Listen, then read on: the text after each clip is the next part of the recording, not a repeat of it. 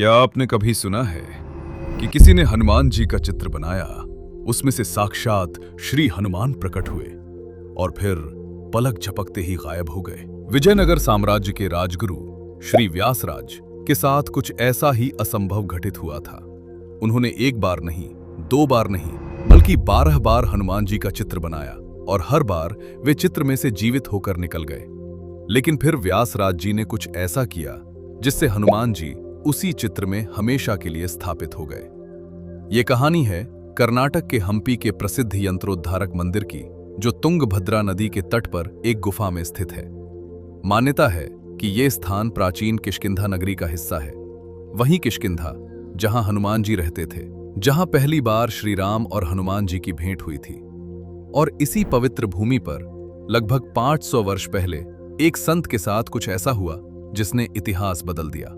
व्यासराज, जिन्हें व्यास तीर्थ के नाम से भी जाना जाता है, माधव परंपरा के महान संत एवं विजयनगर के सम्राट कृष्णदेवराय के राजगुरु थे। वे अक्सर तुंगभद्रा नदी के किनारे ध्यान लगाया करते थे। उसके ठीक पास था चक्रतीर्थ, वह पावन स्थान जहां एक बार स्वयं महादेव ने श्री विष्णु को सुदर्शन चक्र प्रदान किया था। एक दिन चक्रतीर्थ के पास स्थित एक छोटी पहाड़ी पर व्यासराज ध्यान में लीन थे। तभी उन्हें श्री हनुमान के दिव्य दर्शन हुए। आश्चर्य की बात यह थी कि श्री हनुमान की ये छवि उन्हें केवल उसी स्थान पर दिखती थी, कहीं और नहीं। वे अपने इस अनुभव से चकित थे, लेकिन समझ नहीं पा रहे थे कि आगे क्या करें। तभी एक रात उनके सपने में द्वैत दर्शन के महान संत माधवाचार्य आए। उन्होंने कहा, जिस स्थान पर और जिस स्वरूप में तुम्हें श्री हनुमान के दर्शन होते हैं, वहीं और उसी स्वरूप में उन्हें स्थापित करो।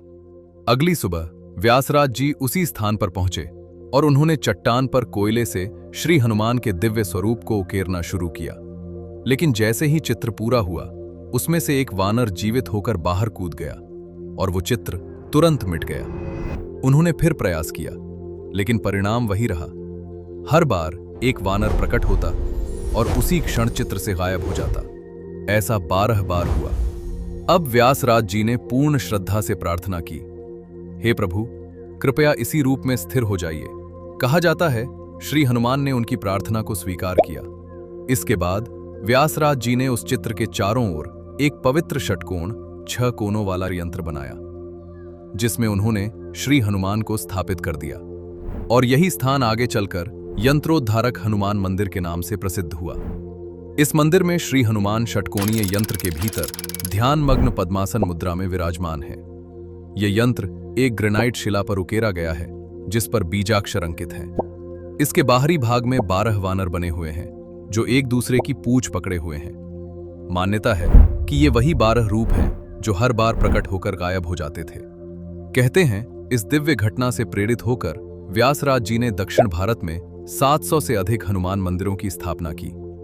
आज भी सैकड़ों श्रद्धालु यंत्रोद्धारक मंदिर में श्री हनुमान के इस दुर्लभ स्वरूप के दर्शन करने आते हैं। यही है भक्ति की शक्ति। अगर ये कहानी आपको अच्छी लगी तो ये वीडियो किसी एक ऐसे व्यक्ति के साथ शेयर करें जो इसे नहीं जानता, और चैनल को सब्सक्राइब करें, क्योंकि हम हर हफ्ते भारत के ऐसे ही अनजाने अद्भुत मंदिरों और कहानियों को आप तक लाते हैं।